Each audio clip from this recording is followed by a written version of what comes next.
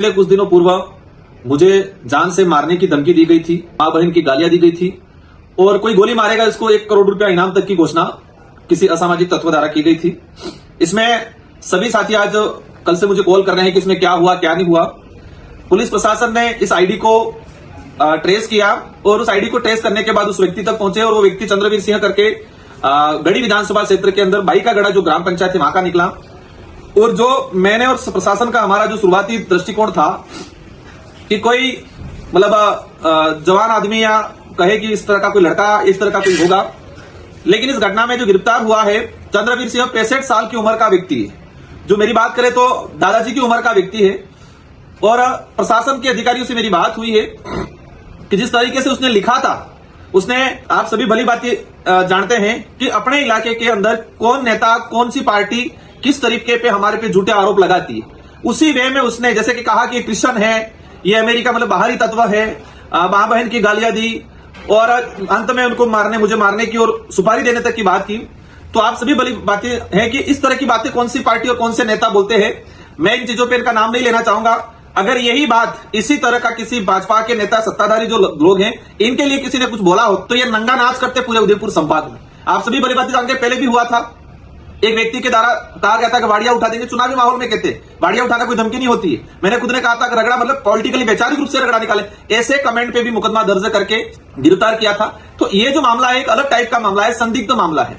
और मुझे जहां तक आभास मतलब मुझे जो असमंजस की स्थिति है कि 65 साल की उम्र का व्यक्ति फेसबुक पे इस तरह से लिखना और डिलीट करना, और कहा जा रहा है कि मैं दारू के नशे में दूध था। मैंने क्या लिखा मुझे नहीं पता है और मैं उनको जानता भी नहीं हूं, मतलब मुझे जानता नहीं है तो मेरे बारे में आकलन कैसे किया इस तरह से ये। और जहां तक हमें जो अज्ञात सूत्रों से पता चला है कि ये व्यक्ति अकेला नहीं था, उस व्यक्ति के साथ 3-4 लोग और बैठे हुए थे, पार्टी कर रहे थे। उसमें कुछ पॉलिटिकली लोग घराने से भी लोग हैं। कुछ ये भी आया है कि कोई पुलिस प्रशासन का भी व्यक्ति है जिसका इसके अंदर इन्वॉल्यूशन है या उसका मोटिवेशन है, उसको कहे कि मतलब चढ़ाने का काम या उसको उकसाने का काम भी ऐसे लोगों ने किया है। तो पुलिस प्रशासन के अधिकारियों से मेरा अनुरोध है कि उस व्यक्ति को गिरफ्तार करके खानापूर्ति नहीं करे। ये व्यक्ति कमेंट किया, मेरी जो कहे कि मैंने जो प्रेस कॉन्फ्रेंस की थी 7 तारीख को, प्रेस कॉन्फ्रेंस मैंने सुबह 11 बजे की थी, 11 साढ़े 11 बजे। अगर प्रेस कॉन्फ्रेंस के दौरान ही इसने ट्वीट किया है तो आप सभी जानते हैं कि सुबह 11 बजे 65 साल की उम्र वाला व्यक्ति कैसे बिल्कुल शराब के नशे में धुन हो सकता है। हम समझते हैं कि कोई भी व्यक्ति शराब पीता है तो दोपहर के बाद जो स्थिति बनती है, शाम को या रात को लिख सकता है, हम समझ सकते हैं। तो प्रशासन स्पष्ट करे कि उस व्यक्ति ने किस टाइम पे लिखा, किस जगह पे बैठ के लिखा और उस जगह की सीडीआर उस जगह का कहे कि सारी लोकेशन ट्रेस करे कि उस जगह पर कौन कौन अन्य लोग थे, उसके साथ कौन कौन बैठे थे, और उस व्यक्ति का मोबाइल नंबर कॉल लोकेशन निकाले, कॉल डिटेल सारी निकाले कि उस व्यक्ति का संपर्क किस किस लोगों से है और पिछले उस दिन और पिछले 2 दिनों में उस व्यक्ति ने किस किस नेता किस किस अधिकारियों से संपर्क किया था। किसी के भी गले नहीं उतर रही है कि 65 साल का व्यक्ति अकेला बैठ के इस तरह से लिखे, ये कहीं भी किसी के गले नहीं उतरती है।